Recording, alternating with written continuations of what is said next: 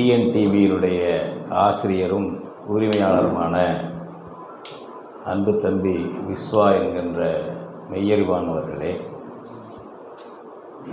இந்த நிகழ்ச்சியில் சிறப்புரையாக இங்கே உரையாற்றி அமர்ந்திருக்கும் அன்பிற்குரிய புதிய தலைமுறை நம்ம இயக்கத்தினுடைய தலைவர் மருத்துவர் கோபாலகிருஷ்ணன் அவர்களே, தமிழர் முன்னணியினுடைய பொதுச் செயலாளர் அன்பு தோழர் இமயம் சரவணன் அவர்களே,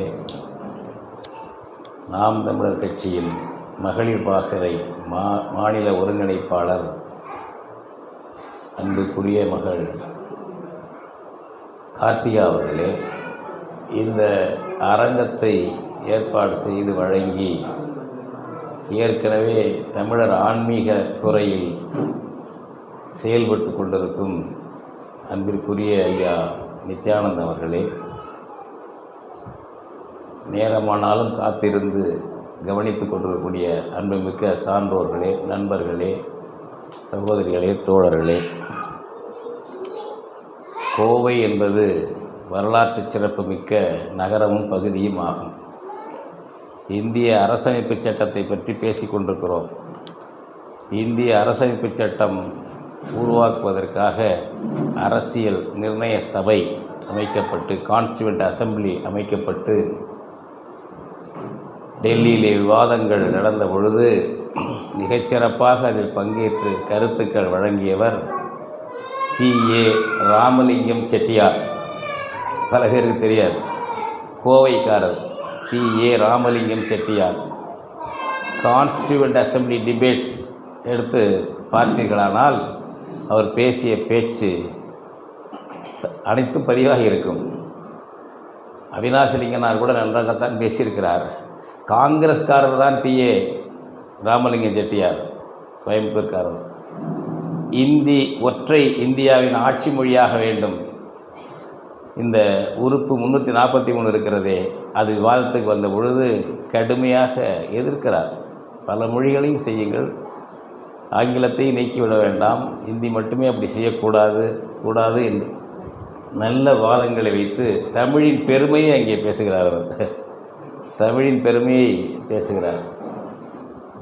ஆனால் அந்த சபையில் பேசிய இந்திக்காரர்கள் அதையும் படிக்கணும். நீங்கள் காங்கிரஸ்காரர்கள் தான், இவரும் காங்கிரஸ் தான்.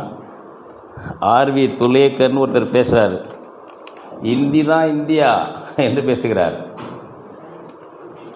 அவரை கேட்குறாங்க, நீங்கள் இந்திய குடிமகனா? நீங்கள் எனக்கு, அவர் சொல்கிறார் பாருங்கள், எனக்கு இந்திய தேசம், இந்தி தேசம், இந்து தேசம், இந்துஸ்தானி தேசம் எல்லாம் ஒன்றுதான், எல்லாம் என் தேசம்தான். இந்தி ஏகாதிபத்தியவாதத்தின் திமிர் பச்சையாக வெளிப்படுத்திவிட்டார் அந்த துலேக்கர் என்பவர். வெளிப்படுத்தாமல் செய்தவர்கள் தான் பண்டிதர் நேரு போன்றவர்கள். எல்லாருக்கும் அதுதான். ராஜேந்திர பிரசாத் தலைமை தாங்கினார், எல்லாருக்கும் அதுதான். பச்சையாக இந்தி ஏகாதிபத்திய வாதத்தை, வெறியை தனக்கு கீழ்ப்பட்டது தான். வெள்ளைக்காரனுக்கு பிறகு இந்திக்காரனுக்கு கட்டுப்பட்டது தான் இந்தியா என்பது தான் அவர்களுடைய காங்கிரஸ் கட்சியிலிருந்தே அந்த மமதை, அந்த ஆணவம், அவர்கள் எண்ணிக்கையில் பெரும்பான்மை. அது அந்த நபர் நம்முடைய டி.ஏ. ராமலிங்க செட்டியார் இருந்த அவையில் தான் அவரும் பேசுகிறார்.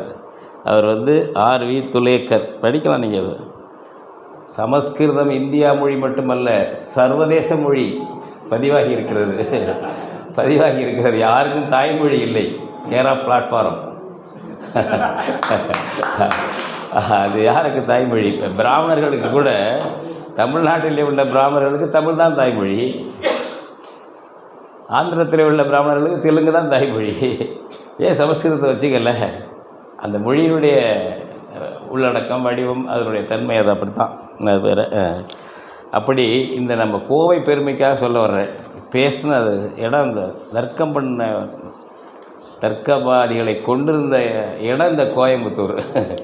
அதனால் இதில் பேசுகிறது பொருத்தமானது. அடுத்தது, மொழிப்போரில் வரலாற்று சிறப்புமிக்க ஈகங்களை செய்த மண் இந்த மண் தான், கோவை, பொள்ளாச்சி. சாதாரணமல்ல. பொள்ளாச்சியிலே குவியல் குவியலாக சுட்டு கொன்று பிணங்களை லாரிகளில் ஏற்றி போனார்கள். 1965 இராணுவத்தை வரவழைத்து. அவங்க எல்லா பேரும் தெரியாது, பதிவாகலை, அவர்கள் பேரெல்லாம் பதிவாகலை. காங்கிரஸ் ஆட்சி, பக்தவச்சலம் ஆட்சி. அப்பொழுது அனைத்திந்திய காங்கிரஸ் தலைவராக வல்லமையோடு காமராஜ் விளங்குகிறார். இராணுவத்தை வரவழைத்து பக்தவச்சலம் சுட்டுக் கொள்கிறார். இராணுவம் ஒரு மாடியில் நின்று கொண்டு கருப்பு கொடி ஏற்றுகிறார்கள். பொள்ளாச்சியிலே சுட்டுக் கொள்கிறார்கள். அதிலே ஒரு சிறுவன் இறந்து விடுகிறான். எங்கே பார்த்தாலும் துப்பாக்கி சுட்டு பல பேர் பிணங்கள் கிடந்தவுடனே எல்லாம் அலறி அடித்து ஓடுது. அந்த சிறுவன் பிணம் கிடக்கிறது. பல பேர் பெரியவங்க பிணமும் கிடக்குது. வந்த இராணுவ வீரர்களில் ஒருவன் தமிழன். அவன் பிணமாக கிடக்கும் சிறுவனை தூக்கி மடியில் வைத்து கொண்டு அழுகிறான். பொள்ளாச்சியிலே அந்த மண் இது.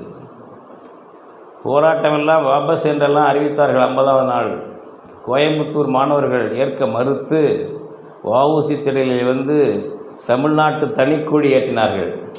நினைவுகளாக தெரியாது. இதில் கயல் புலி கொடி ஏற்றினார்கள். தமிழ்நாடு தனிநாடு என்று தமிழ்நாட்டு கொடி கைது செய்தார்கள். அண்ணா ஆட்சி அப்பொழுது 67லும் போராட்டம். ஏன்? என்சிசி அப்படியே இருக்கிறது. இந்தி இருக்குது என்சிசியில். ஒரு பாடமாக இந்தி தொடர்கிறது. நாங்கள் படிக்கும்போதெல்லாம் இந்தி ஒரு மொழி பாடம். அதில் மதிப்பெண் வாங்க வேண்டும் என்ற கட்டாயம் இல்லை. ஆனால் வாரத்துக்கு 2 வகுப்பு இருக்கும். இந்தி பாடம் உண்டு, படித்தாக வேண்டும், தேர்வு எழுதியாக வேண்டும். ஆனால் பாஸ் போடுவாங்க. அதில் 30, 35, 40 வாங்க வேண்டிய கட்டாயம் இல்லை.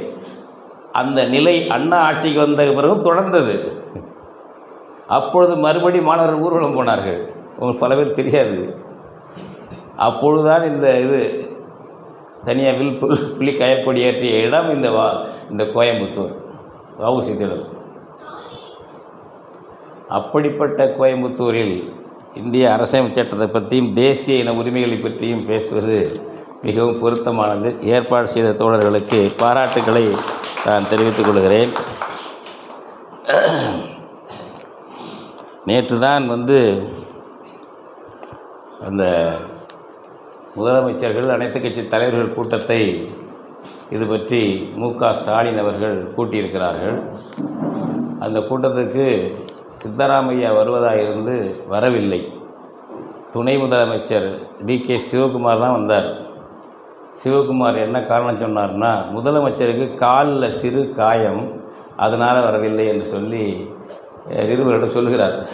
ஏடுகளில் வந்திருக்கிறது. உண்மை என்ன தெரியுமா? தமிழின பகைவன் கன்னட தெலுங்கு இனவெறியன் வாட்டாள் நாகராஜ் போகக்கூடாது என்று அறிக்கை விட்டான். பார்த்தீர்களா? தமிழன் தலைநகரத்துக்கு தமிழன் கூட்டும் தமிழ்நாட்டுக்காரன் கூட்டுற கூட்டத்துக்கு நீ கர்நாடகத்தில் போகக்கூடாது, நமக்கு பகை இனம் என்று அறிக்கை விட்டான். பதுங்கி கொண்டார் காங்கிரஸ் சித்தராமையா. ஆனாலும் கொடுத்த வாக்குறுதியை நிறைவேற்ற வேண்டும் என்று டி.கே. சிவகுமாரை அனுப்பி வைத்தார், துணை முதல்வரை. எப்படி இருக்கிறது பாருங்கள்.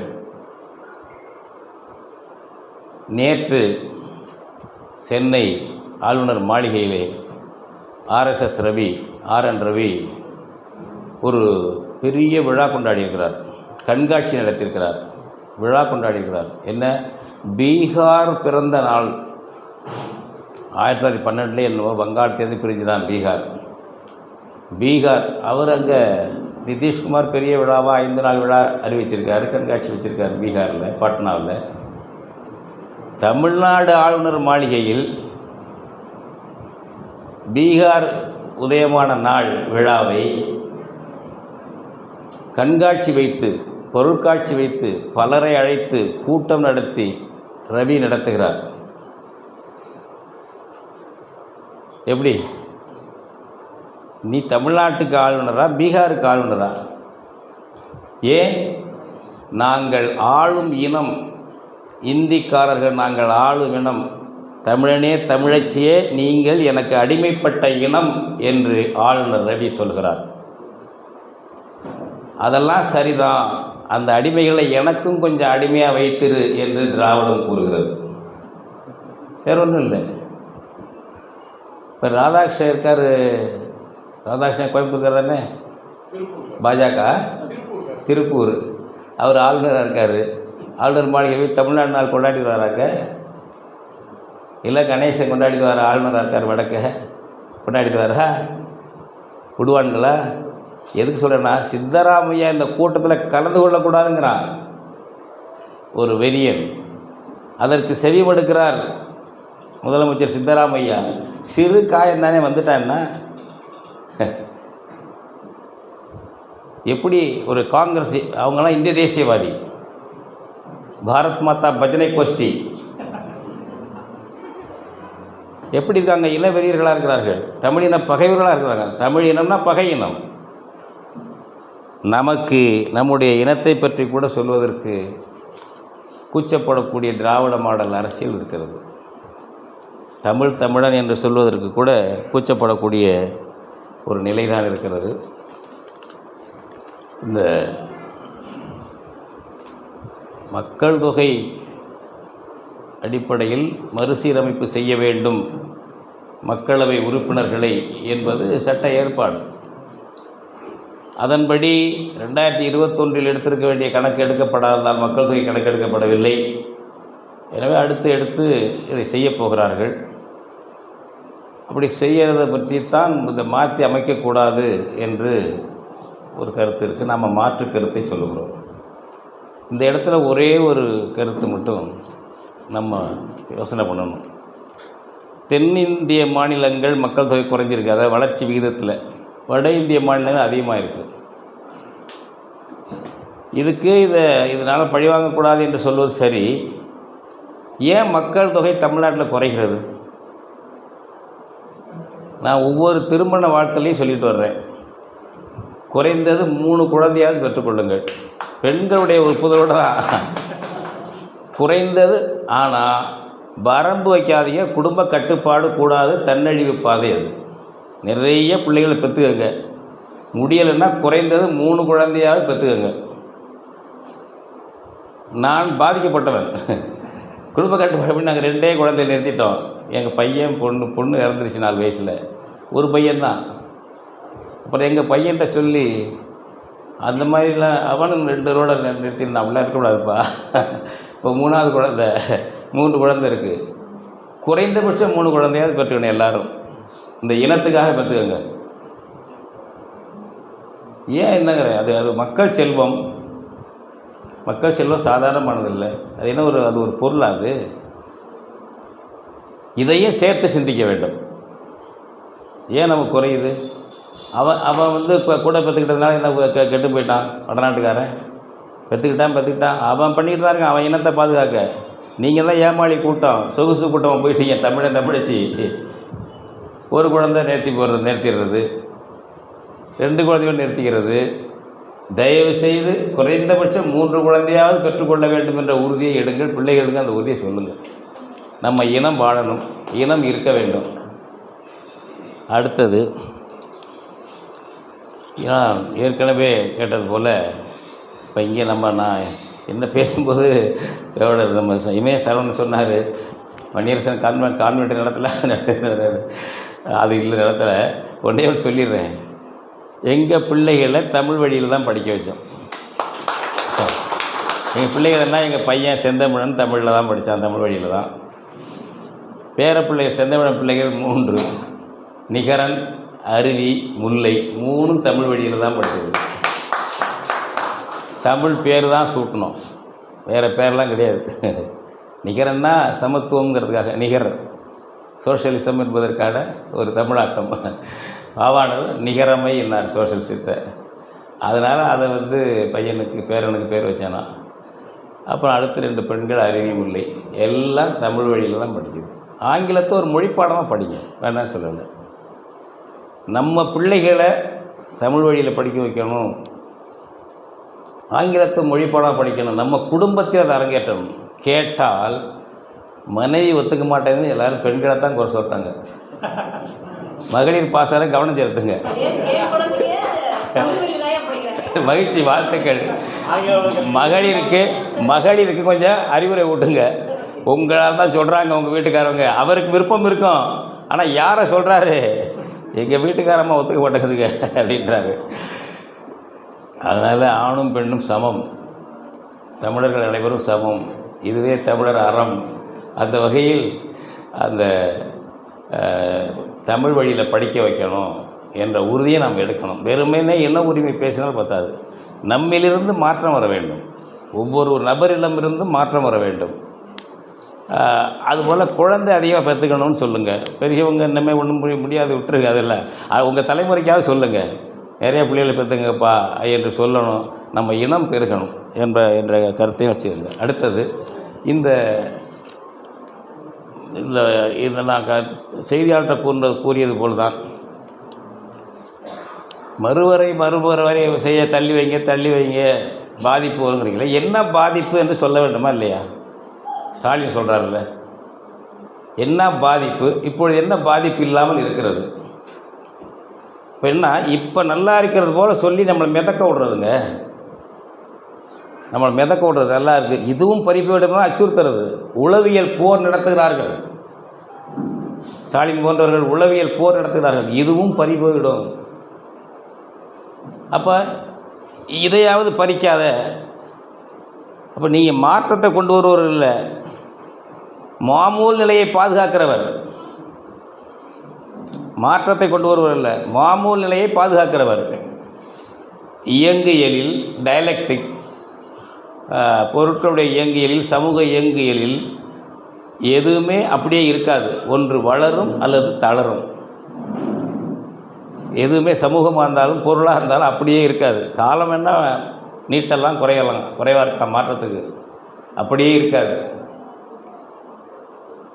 அப்போ இது அப்படியே இருக்கணும்னா இதில் என்ன மாநில தன்னாட்சி இருக்குன்னு இருக்கிறதுல? இந்த சட்டமன்றத்துக்கு என்னங்க அதிகாரம் இருக்குது? நான் கேட்குறேன், இந்த சட்டமன்றத்துக்கு என்ன அதிகாரம் இருக்குது? நீங்கள் கைதூக்கி மசோதா நிறைவேற்றலாம். டில்லி ஏகாதிபத்தியத்தின் பிரதிநிதி ஆளுநர் என்பவர் கையெழுத்து போட வேண்டும், இல்லையே டெல்லி ஏகாதிபத்தியத்தின் குடியரசுத் தலைவர் கையெழுத்து போட வேண்டும். அப்பொழுதுதான் அது சட்டமாகும். இல்லையே மசோதா. 234 சோதாக்கள் கைதூக்கி மசோதாக்கள் நிறைவேற்றுவீர்கள். ஆமாம், ரவி கையெழுத்து போடல நீட்டுக்குது, அது என்ன அர்த்தம்? மசோதாவே இருக்குது. இப்போ 234 பேர் சோதாக்கள் என்று வைத்திருக்கிறான் கான்ஸ்டியூஷனில். எந்த கூட்டாட்சியில் ஆளுநர் பதவி உண்டு? யுஎஸ்ஏல கூட கவர்னருங்கிறான், மாநில முதல்வர் தான் கவர்னர்னு அவன் பேர். அவர் நேரடியாக தேர்தலில் தேர்ந்தெடுக்கப்படுறவர். அந்த கவர்னர் நம்ம முதலமைச்சர்னு போல் கற்பனையாக வச்சுக்கோங்க. அதற்கு மேலே இன்னொரு அதிகாரிக்கு இன்னொரு ரெப்ரசன்டேட்டிவ் கிடையாது. டெல்லியில் கவர்னர் ஜெனரல் இருந்தார், கடைசி கவர்னர் ஜெனரல் மவுண்ட் பேட்டன் பிரபு. ஏன் டெல்லியில் கவர்னர் ஜெனரல் இல்லை? வெள்ளைக்கார ஆட்சியிலையும் கவர்னர் இருந்தார் சென்னையில், டெல்லிக்கார ஆட்சியிலையும் கவர்னர் பதவி தொடர்கிறது. டெல்லியில் மட்டும் கவர்னர் ஜெனரல் இருந்தார். அப்புறம் இப்போ கவர்னர் ஜெனரல் காணாம ஏன்? இந்திக்காரன் விடுதலை பெற்று விட்டான், தமிழன் விடுதலை பெறவில்லை. எனவே கவர்னர் ஜெனரல் என்பவன் இந்திக்காரனுக்கு அவமான சின்னம். எலெக்டட் பர்சனை போட்டான். குடியரசுத் தலைவர் மக்களவை மாநிலங்களவை இரண்டிலும் தேர்ந்தெடுக்கப்பட்ட உறுப்பினர்கள் வாக்களிக்க வேண்டும். எல்லா சட்டமன்ற உறுப்பினர்களும் வாக்களிக்க வேண்டும். ஒரு தேர்தல் முறையில்தான் குடியரசுத் தலைவர் தேர்ந்தெடுக்கப்படுகிறார். ஏன்? அவர்களுக்கு அரசு இருக்கிறது, இந்திக்காரர்களுக்கு அரசு இருக்கிறது. உனக்கு அரசு இல்லை. நீ லண்டனுக்கு கட்டுப்பட்டு இருந்தாய் 47 வரை. 47க்கு பிறகு நீ டெல்லிக்கு கட்டுப்பட்டு இருக்கிறாய். எனவே டில்லிக்காரன் ஒரு கவர்னரை வைத்துத்தான் உன்னை மேய்ப்பான். பண்டித நேரு போன்றவர்களெல்லாம் கவர்னர் அதிகாரத்தை எதிர்த்தவர்கள் தான். 1920ஆம் ஆண்டு முதல் தேர்தல் கொண்டு வந்தான் வெள்ளைக்காரன். எல்லாரும் வாக்களிக்கலாம், கொஞ்சம் சொத்து இருக்கணும் அல்லது படிச்சிருக்கணும் தான் நிபந்தனை. ஜாதி மத வேறுபாடு இல்லை, ஆண் பெண் வேறுபாடு இல்லை, அனைவருக்கும் வாக்குரிமை. காந்தி நிற்கக்கூடாது என்றார். கவர்னருக்கு அதிகாரம் இருக்கிறது. ஒரு மாநிலத்தில் கவர்னர், அப்புறம் எதுக்குடா முதலமைச்சர்னு கேட்டார். அப்போ பிரீமியர்னு பேர் முதலமைச்சருக்கு. எதுக்கு 2 பேர்? இரட்டை ஆட்சி. எனவே போட்டியிட முடியாது என்று காந்தி மறுத்தார். போட்டியிடவில்லை, 37 வரையும் போட்டியிடலை. அதனால தான் நீதி கட்சி மஞ்சள் குளிச்சுது. காங்கிரஸ் இன்னும் இருந்தால் ஒரு நாள் ஒரு இடத்தோட வெற்றி பெற்றிருக்காது. முதலாக காங்கிரஸ் அதிகாரப்பூர்வமாக 1937 தேர்தலில் நின்றது. காலியானது நீதி கட்சி. ஒப்பிலி அரசர் ஓடிவிட்டார். கட்சியை துண்டக்கான போட்டுட்டு நீதி கட்சியை போட்டுட்டு பெல்லாரி சிறையில் இருந்த ஈவேராவிடம் ஒப்படைத்து விட்டோம் கட்சியை என்று சொல்லிவிட்டு ஓடிவிட்டார்கள் ஆந்திராக்காரர்கள். நான் எதற்கு சொல்கிறேன் என்றால் 20 தேர்தல் நடந்தது, காங்கிரஸ் நிற்கவில்லை. 37 நின்ற பொழுதும் காந்தி சொன்னார், கட்சி தலைமை முடிவு செய்து பதவி விலகு என்றால் விலகிவிட வேண்டும் என்று எழுதி வாங்கி கொண்டு வேட்பாளர்களை அனுமதியுங்கள் என்றார். அப்படித்தான் எழுதி வாங்கினார்கள். 39ஆம் ஆண்டு பதவி விலகு என்று காங்கிரஸ் முடிவெடுத்தது. ஏன்? எங்களுக்கு தொடர்பில்லாத உலகப் போரிலே இந்தியாவை ஈடுபடுத்துகிறாய், இந்திய இராணுவத்தை ஈடுபடுத்துகிறாய், இந்திய பணத்தை செலவு செய்கிறாய், கூடாது. எங்களுக்கு சுதந்திரம் கொடுத்து விடு, நாங்கள் உலகப் போரிலே உனக்கு துணையாக இருக்கிறோம். எங்களுக்கு சுதந்திரம் கொடுக்காமல் எங்களை ஈடுபடுத்தக்கூடாது என்று காங்கிரசும் காந்தியும் நிபந்தனை போட்டார்கள். வெள்ளைக்காரன் ஏற்கவில்லை. பதவி விலகுங்கள் என்றார்கள்.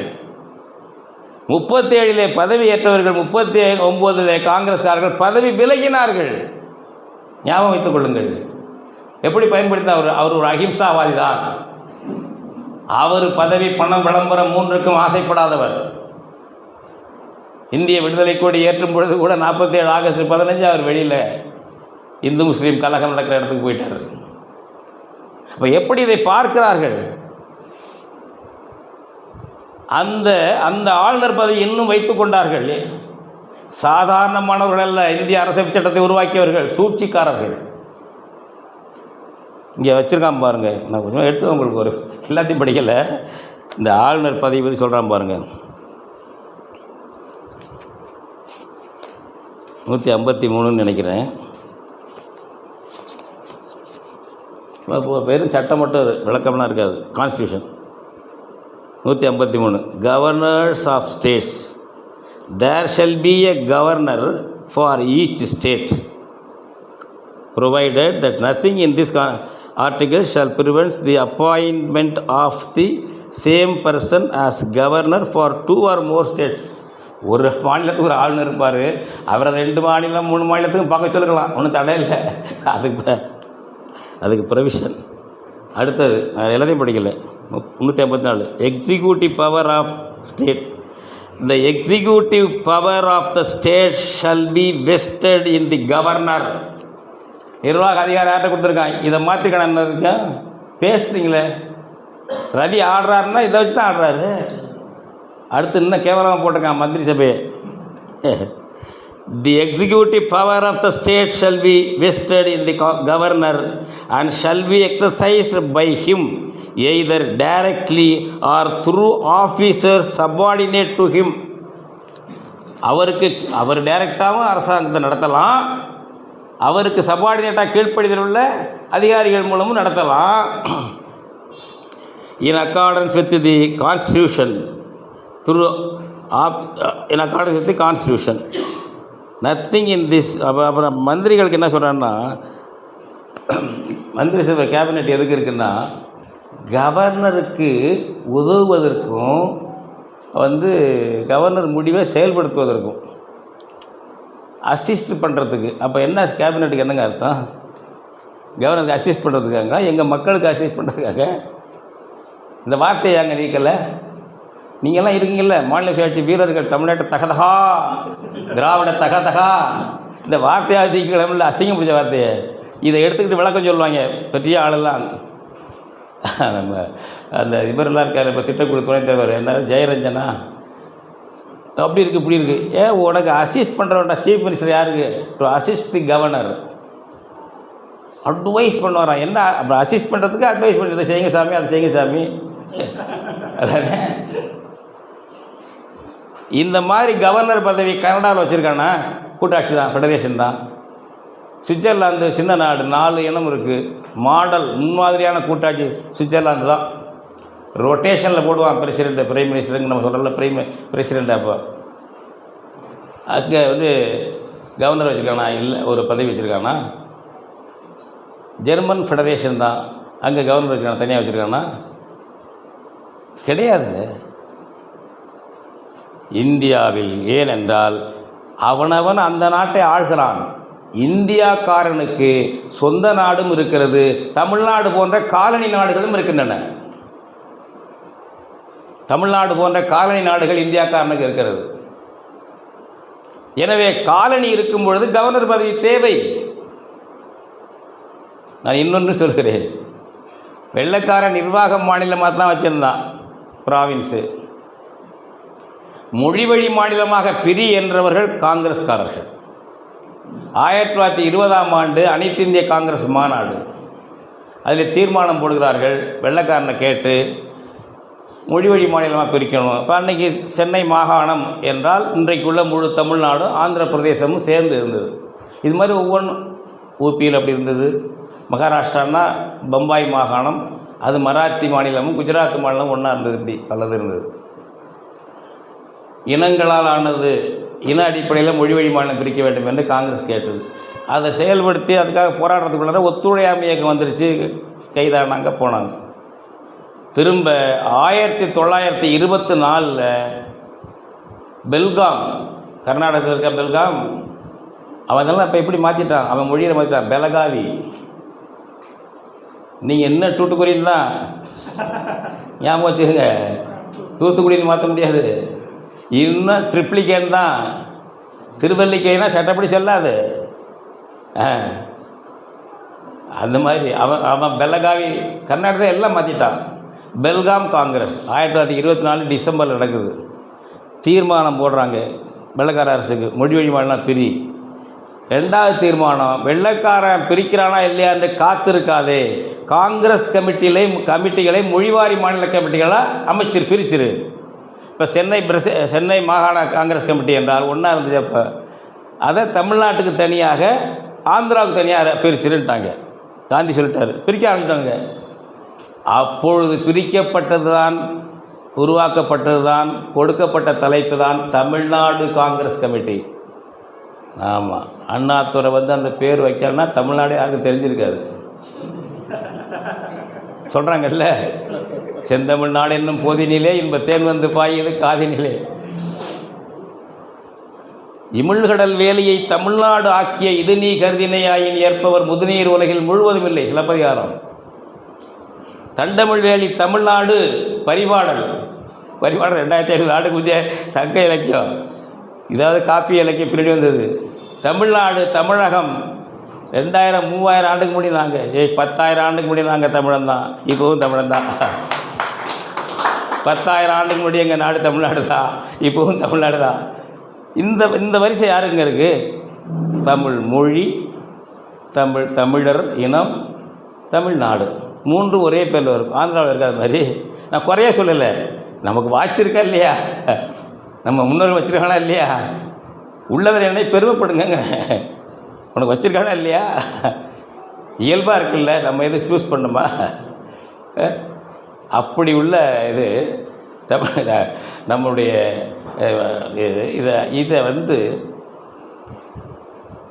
இதை சீரழித்து இந்த மாதிரி மொழிவழி மாநிலம் அமைக்க வேண்டும் என்று சொல்லி காங்கிரஸ் செயல்பட்டது. தமிழ்நாடு காங்கிரஸ் கமிட்டி தான். இதே தீர்மானத்தை கொண்டு வந்த பண்டித நேரு விடுதலை அடைந்த பிறகு மொழிவழி மாநிலம் பிரிக்க முடியாது என்றார். மொழிவழி மாநிலம் பிரிக்கக்கூடாது என்று அம்பேத்கர் பிறகு அட்வைஸ் கொடுத்தார். கட்டுரையெல்லாம் எழுதியிருக்காரு. பிரிவினைவாதம் வந்துடும். கோரிக்கை எழுந்தது, மொழிவழி மாநில மாநாடு அமைக்க வேண்டும் என்று, நான் மொழிவழி மாநிலம் பிரிக்க வேண்டும் என்று. நான் சொல்லலையான்னெல்லாம். அப்போ ஒரு தந்திரம் பண்ணார். ஜனநாயகவாதி என்ற ஒரு போலி பட்டம் பண்டித நேருவுக்கு உண்டு. நான் ஒரு கமிஷன் போட்டு கருத்து கேட்குறேன். டிபி தார் மொழிவழி மாநிலத்தை எதிர்க்கிற நபர் என்று தெரிந்தே தார் கமிட்டி போட்டார் பண்டித நேரு. அவர் நேரு எதிர்பார்த்தது போலவே பரிந்துரை கொடுத்தார் தார். அதெல்லாம் பிரிக்கக்கூடாதுங்க, இப்படி தான் இருக்கணும், பிரிக்க முடியாதுன்றார் நேரு. ஆந்திரா கடுமையாக போராடியது. பொட்டிஷ் உண்ணாவிரதம் சென்னையிலேருந்து இறந்தார். அதுக்கு பிறகு பெரிய கலகம், 7-8 பேரை துப்பாக்கியில் சுட்டு கொண்டானுங்க. அதை ஒட்டி பம்பாய்க்கு போகிறார் பண்டித நேரு நிகழ்ச்சிக்கு. மொழி வழி மாநிலம் பிரின்னு கல்லை விட்டு ஏறுறாங்க, நேருவுக்கு கருப்பு கொடி காட்டுறாங்க. முதல் மொழி வழி மாநிலமாக இந்திய விடுதலைக்கு பிறகு ஆந்திரா தான் பிரிந்தது 53ஆம் ஆண்டு. காங்கிரஸ் ஜனநாயகம் அது ஒரு ஏகாதிபத்தியவாத கட்சி. அதனுடைய ஒரு உடன்பிறப்பு தம்பி தான் பாரதிய ஜனதா கட்சி. காங்கிரஸும் பாஜகவும் ஐடென்டிக்கல் ட்வின்ஸ், ஒரு கரு இரட்டையர்கள். நீங்கள் யார் தோழர் பேசுறீங்கல்ல, இதை உருவாக்குனதில்ல யார்? ஜிஎஸ்டிஆர் கிட்ட கோபாலட்சுமி யார்? இமயமா? இதை உருவாக்கியது யார்? எல்லாம் ஜிஎஸ்டி எல்லாம் காங்கிரஸ் தான். நீட்டு உருவாக்குனது யார்? காங்கிரஸ் தான். என்ஐஏ என்று நேரடியாக மாநிலத்துக்கு தெரிவிக்காமல், அரசுக்கு தெரிவிக்காமல் போலீஸ் போகலாம் ஒரு மாநிலத்தில். அதுக்கு முன்னாடி சிபிஐ, மத்திய போலீஸ், மாநில அரசு அனுமதி பெற்றால்தான் வர முடியும். அது கிடக்கு இப்போது நேஷ்னல் இன்வெஸ்டிகேஷன் ஏஜென்சி. அது என்ன? மன்மோகன் கருணாநிதி கூட்டணி ஆட்சியில் உருவான சட்டம்.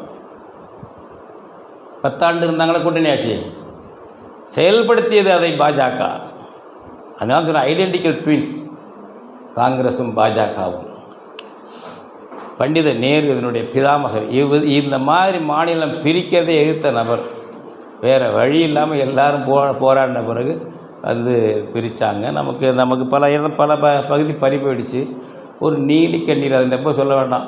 ஏன் தமிழ்நாடு பிரிஞ்ச நாளை கொண்டாடுறது இல்லைன்னா, நம்ம தான் நிறையா இழந்துட்டோமே. ஏன்னா இழந்ததை எதிர்த்து போராடினவங்க அங்கே நேசமணி நாடார், நம்ம பிஎஸ் மணி, இங்கே மாப்போ சிவஞானம், மங்களங்கிழாறு, விநாயகம் போராடினா 2 பேர் செத்தான் வடக்கில் போராடுறதில்ல. 7-8 பேரை 11 பேரை சுட்டு கொண்டான். கேரளாக்காரன் ஒரு ஆள், பட்டம் தாண்டு பிள்ளை. அந்த ஆள் முதல் மந்திரியாக இருக்கும்போது பட்டம் தாண்டு பிள்ளை சுட்டு கொண்டான் நம்ம ஆளுகளை. தெற்கெல்லை மீட்பு போராட்டத்தில் 11 பேர். குஞ்சன் நாடார் தான் அதுக்கு வழிகாட்டியாக இருந்தால் அந்த போராட்டனால் ஒருங்கிணைத்தவர். அப்படி போராடி ஏதோ இன்றைக்கி கன்னியாகுமரி போயிட்டுருக்காங்க. இன்றைக்கி திருத்தணிவரில் இருக்குது. மாப்போய் சொல்லுவார், நாம் மாலவன் குன்றம் வரை கேட்டோம், ஏதோ வேலவன் குன்றம் முறையாவது கிடைத்தது அப்படின்பார். கிடைத்தது என்பார். அதுபோல் இதை வாங்கினாங்க, இழந்துட்டோமே, அதையே கொண்டாடுவோம். திராவிட தம்பிகள் சொல்கிறாங்க, ஏப்பா இதெல்லாம் இழக்காமல் இருக்கிறது நீங்கள் இடத்துல போராட்டம் என்ன பார்க்கணும்ல? என்ன போராட்டம் நடத்துறீங்க? சரி, இப்படி ஒரு மொழி வழி மாநிலம் அமைக்கிறதுக்கு மறுத்துட்டு, அதன் பிறகு நான் சொன்ன பாருங்கள், டி.ஆர். ராமலிங்கம் அவங்க இந்திக்காரெலாம் பேனது. அப்போ ஒரு பஞ்சாயத்தாக கான்ஸ்டியூஷன் அசம்பிளியில் பேசி முடிக்கிறாங்க. ஹிந்தி தான் இருக்கணும். அது எதுக்குறாங்க? நம்ம ஆளுங்கள்லாம் எதுக்குறது? பல பேர் எதுக்குறாங்க அப்படிலாம் கொண்டு வரக்கூடாதுன்ட்டு. உடனேலாம் கொண்டு வராதீங்க அதெல்லாம் அப்படின்னு. இப்போ 15 வருஷம் ஒரு துணை ஆட்சி மொழியாக இங்கிலீஷ் இருந்துக்கட்டும். அதுதான் ஆர்டிகிள் 343க்கு பிறகு அதில் உள்ள சேர்த்தது பின்னாடி 65ஓட முடிஞ்சிடணும். 65ல் முழுக்க ஹிந்தி வந்துடணும். ஹிந்தி மட்டுமே, only official language of the union அப்படின்னு சட்டம் போட்டாங்க. 15 வருஷம் மட்டும் இங்கிலீஷ் துணை ஆட்சி மொழியாக இருக்கட்டும் அப்படின்னு சொன்னாங்க. அப்போ இது என்ன ஒரு நீங்கள் கம்யூனிஸ்ட் கட்சி இதை ஆதரித்து எப்படிங்க ஆதரிக்குது? சோவியத் யூனியனில் கூட்டாட்சிக்கு தத்துவங்கள் வகுத்தார், இல்லை விதிமுறைகளை வகுத்தார். ரஷ்யா பெரிய இனம் மக்கள் தொகையில், ஒரு மொழி இதில் வரலாற்றில் வளர்ச்சி அடைந்த இனமும் கூட. ஜார் பக்கத்து இனங்களெல்லாம் பிடிச்சி வச்சுருந்தான். பக்கத்து இனம் பிடிச்சி வச்சிருந்து ரஷ்யாவுக்குள்ளே இருந்த நிர்வாகத்தில் அந்த இனங்களெல்லாம் எங்களுக்கு சுதந்திரம் இல்லைன்னாங்க. ஜாரை தூக்கி அறிவோம், ஜனநாயகம் வரும், நீங்கள் விரும்பினா சேர்ந்துருங்க, இல்லைன்னா பிரிஞ்சு நீங்கள் போயிடலாம், வாங்க சேர்ந்து போராடுவோம்னு லெனின் கூப்பிட்டார். நேர்மையாக நடந்துக்கிட்டார் லெனின். பண்டித நேரு மாதிரி துரோகம் பண்ணவில்லை. 1917 நவம்பர் புரட்சி வெற்றி பெற்ற பிறகு உண்மையான சோவியத்து கூட்டமைப்பை உருவாக்கணும். கம்யூனிஸ்ட் கட்சியிலே உள்ள ரஷ்யர்கள் மறுக்கிறாங்க. அவங்க என்ன தெரியும், அவனுக்குன்னா என்ன தெரியும், அதெல்லாம் என்ன தெரியும், அவன் தான் ஒன்றும் தெரியாது விட்டுற அவனன்றாரு. நீயா சுபக்கிறவனை? ஒவ்வொரு ரஷ்யாங்கிற பேர் ஒரு குடியரசுக்கு மட்டும்தான் இருக்கும். அவன் இனத்துக்கும் அவன் பேர் இருக்கும். அஜர்பைஜான் குடியரசு, பைலோ ரஷ்யன் குடியரசு தான் ரிப்பப்ளிக் தான் ஒன்று. ஒட்டுமொத்த நாட்டுக்கு புது பேர், எந்த இனமும் வரக்கூடாது. Union of Soviet Socialist Republics Soviet சோசியலிச குடியரசுகளின் ஒன்றியம் என்று வைக்க வேண்டும் என்று கொண்டு வந்தார். அடுத்தது, பிரிந்து போக விரும்பினால் அந்த மாநிலம் அவங்க சட்டசபையில் நிறைவேற்றி மெஜாரிட்டி வந்துச்சுன்னா பிரிஞ்சு போயிடலாம். அந்த உரிமையை கான்ஸ்டியூஷனில், சோவியத் யூனியன் கான்ஸ்டியூஷனில் எழுதுகிறாங்க. Right to secede, right to self determination with the right to secede. பிரிந்து போகும் உரிமையுடன் கூடிய தன்னுரிமை ஒவ்வொரு இனத்துக்கு உண்டுன்னு அரசியல் சட்டத்தில் போட்டாங்க. அதை 90களில் தனிநாடு கேட்டாங்க, பிரச்சனை பண்ணி பார்த்தாங்க. கோர்பச்சேவ் அது பெரிய பிரச்சனை ஆகிடுச்சு. அப்புறம் மரியாதையை அவனை பிரித்து விட்டான். 91 எல்லாம் பிரிஞ்சு போயிட்டான். அதை பார்த்தாங்க அங்கே செக்கோஸ்லோவேக்கியா, அதாவது இதில் டேபிளில் உட்காந்து பேசி டைவர்ஸ் பண்ணுறதா சொல்லுவாங்கல்ல, அந்த மாதிரி செக்கு தனியாக ஸ்லோவா தனியாக பிரிஞ்சுட்டாங்க பேசி. இந்த சண்டை வம்பும் இல்லை. யுகோஸ்லோவியாவெல்லாம் திமிரு பண்ணிச்சு 5-6 வருஷம் போர் நடத்தினாங்க. அவனும் 6 நாடாக பிரிஞ்சுட்டாங்க. எங்கே இருக்குது பிரிந்து போகும் உரிமையுடன் கூடிய தன்னுரிமை? லெனின் கொடுத்தார், லெனின் கொள்கை. ஏன் இந்திய கம்யூனிஸ்டுகள் அதை பேசுவதில்லை? ஏன்? நான் சொல்வது, இந்திய கம்யூனிஸ்டுகள் சிபிஎம் சிபிஐ எல்லோரும் என்ன செய்கிறாங்கன்னாக்க, லெனின் படத்தை சுவரில் மாட்டுகிறார்கள், நேரு படத்தை நெஞ்சில் மாட்டி வைத்திருக்கிறார்கள். அதானே இன்னைக்கு சொல்லு. பினராயி விஜயன் தான் சொல்கிறேன், கத்தி தொங்குதுங்கிறாரு மாதிரி அந்த மாத்தினா தலைமை என்ன சொல்லுது? சிபிஎம் தலைமை என்ன சொல்லுது? சிபிஐ தலைமை என்ன முத்தரசன் பேசி தள்ளிட்டு இருக்கிறாரு, 1.5 தொகுதி பறிபோயிடக்கூடாதுன்னு 26 ஆமாம். உங்கள் அனைத்து தலைமை என்ன சொல்லுது? ஏன் சொல்கிறேன்னா, வைத்த கம்யூனிசம் பேச்சு இப்படி இருக்கலாமாங்க? லெனின் உங்களுக்கு வழிகாட்டி இல்லையா? ஒரு ஜனநாயகவாதியாக இருக்க வேண்டாமா? தேசிய உரிமையை மறுப்பவன் கம்யூனிஸ்டாக இருக்க முடியாது என்பது மட்டுமல்ல, அவன் ஒரு ஜனநாயகவாதியாகவும் இருக்க முடியாது. சொன்னவர் லெனின். இந்தியாவுக்கு பொருந்தாது அது. பாரத்துங்கிறிய கான்ஸ்டியூஷனில் பாரத்னு சொல்கிறது ஏன்? பிராமணியத்துக்காக. ஆரியம் எங்கடா பாரத் இருந்தது? நாங்கள் தமிழ்நாட்டுக்கு எல்லாம் சொல்கிறேன், எங்களுக்கு அது வண்டை கிடச்சிக்கிட்டே இருக்குது. ஆச்சநல்லூர், அங்கே இங்கே கீழடி, சிவகலை கிடச்சிக்கிட்டே இருக்குது. சொல்ல அவன் பாரத்துக்கு எங்கே இருந்துச்சுட்டு. சரஸ்வதி நாகரிகம், சிந்துவெளி நாகரிகம் எங்கடா சரஸ்வதி? பூமிக்குள்ளே ஓடுது. எப்படி சொல்கிறானா இல்லைங்களா? நான் சும்மா கப்ஸா விட்றேன்னா. திரிவேணி சங்கமம், கங்கை யமுனை கிடக்குது. இந்த 3வது திரியில் 3 எங்கெங்க? அது பூமியில் கலந்துக்கிடுதுங்க. சொல்கிறானா இல்லைங்களா? அந்த திரிவேணி சங்கம் தாங்க லட்சக்கணக்காக கூடுறாங்க, கோடிக்கணக்காக கூடுறாங்க. ஃப்ராடு, எதை எடுத்தாலும் ஃப்ராடு. பூமிக்குள்ளே ஓடிச்சாங்க சிந்து வெளியில் ஒரு ஆறு சரஸ்வதி, அந்த நாகரிகமாக அதை சிந்து வெளி தமிழர் நாகரிகம் சொல்லக்கூடாதான். ஆமாம், அது உங்கள் பங்காளி நாகரிகம், எங்கள் பங்காளி திராவிட நாகரிகம். யார்? ஆர் பாலகிருஷ்ணன், கலெக்டர், ஒரிசாவில் இருந்தார் அவர்.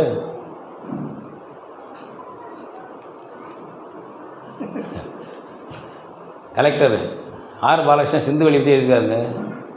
எங்கே வெளியில் கிடந்தவனுங்க தமிழர்கள்லாம். பெரிய புத்தகம், அதுக்கு பதில் நம்ம மாதம் விட்டு தான் நாங்கள் வெளியிடுறோம். வெளியில் கிடந்தவங்க அங்கங்கே வந்தாங்க. பாரசிங்கரசிங்க வழியாக வந்துட்டு கைபர் கணவை வழியாக வந்து யார் ஆரியர் வந்த வழியாகவே வந்து அங்கே தங்கினானுங்க. அதுதான் அவங்க அங்கே தான் நாகரிகம்லாம் கற்றுக்கிட்டான். இந்த மண்டலத்துக்கு வந்த பிறகு இங்கே இருந்தால் அவன் தெற்க போனானுங்க. நூலுக்கு தலைப்பு இங்கிலீஷில் சிந்துவிலிருந்து வைகை வரை, சிந்துவிலிருந்து நாகரிகத்தை கற்றுக்கொண்டு தான் தெற்க வந்து வைகை நாகரிகம்லாம் உருவானதான். ஆர் பாலகிருஷ்ணன். அப்போ ஒரு ஆரிய சூழ்ச்சி அந்த பக்கம் அது ஒரு ஃப்ராடு பண்ணிட்டு போயிட்டுருக்கு, வரலாற்றை மாற்றி எல்லாம் அவங்க தான்.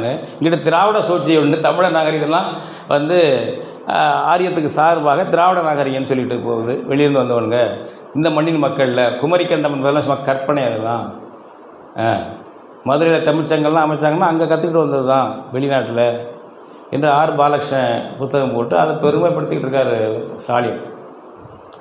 இதுபோல் இந்த இதை வந்து ஒரு சொல்கிறாங்க, திரிக்கிறாங்கன்னா இதானே இனவாதம் என்பது. இப்போ நம்ம உரிமை பேசணும்னா பாதிக்கப்பட்ட உரிமைனா இனவாதங்கிறானுங்க. பேரினவாத ஆதிக்கவாதம் இனவெறியோடு சொல்கிற எங்கள் தமிழர்களை ஒதுக்கி ஒரு அப்பார்த்தைடு